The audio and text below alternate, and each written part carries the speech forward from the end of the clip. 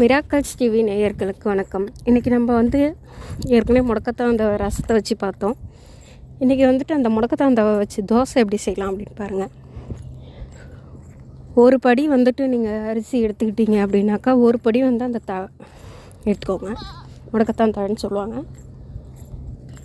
அதை எடுத்துக்கோங்க. அது கூட ஒரு படி அரிசி, பச்சரிசி, புழுங்கலரிசி ஏதோ ஒன்று ஊற வச்சுக்கோங்க. கொஞ்சமாக உளுந்து ஊற வச்சுக்கோங்க. ஊற வச்சுட்டு காஞ்ச மிளகாய், மிளகு, ஜீரகம், பூண்டு, காஞ்ச மிளகாய் இதை எடுத்து வச்சுக்கோங்க. மிளகு, ஜீரகம், பூண்டு ஒரு கட்டி, மிளகு, ஜீரகம் ஒரு ஸ்பூன் எடுத்துக்கோங்க. காஞ்ச மிளகாய் காரத்துக்கு ஏற்ற மாதிரி எடுத்துக்கோங்க.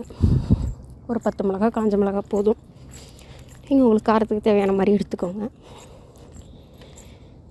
கிரைண்டரில் ஃபஸ்ட்டு இந்த முடக்கத்தான் தழையும் காஞ்ச மிளகாய், மிளகு, ஜீரகம் இதெல்லாம் போட்டு நல்லா ஓட விட்டுட்டு அந்த தழை நல்லா மயஞ்சதுக்கப்புறம் இந்த அரிசியும் உளுந்தையும் நல்லா அலசி வச்சுருந்து அதில் போட்டுருங்க.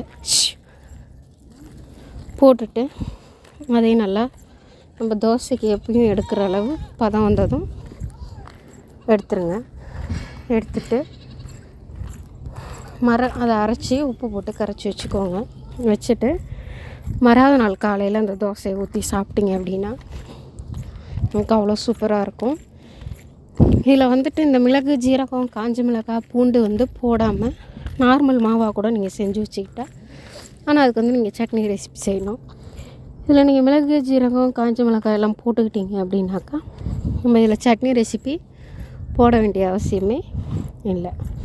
சரிங்களாங்க ஃப்ரெண்ட்ஸ், கண்டிப்பாக அதை யூஸ் பண்ணி பாருங்கள். ரசம் கொஞ்சம் கசப்பு தெரியும், அதனால் சாப்பிட மாட்டாங்க. இந்த தோசை செஞ்சு சாப்பிடும்போது நமக்கு சுத்தமாக கசப்பே தெரியாது. ஒரு நல்ல டேஸ்டான ரெசிபியாக இருக்கும். யூஸ் பண்ணி பார்த்துட்டு கண்டிப்பாக உங்கள் ரிசல்ட் என்னென்னு கமெண்டில் சொல்லுங்கள்.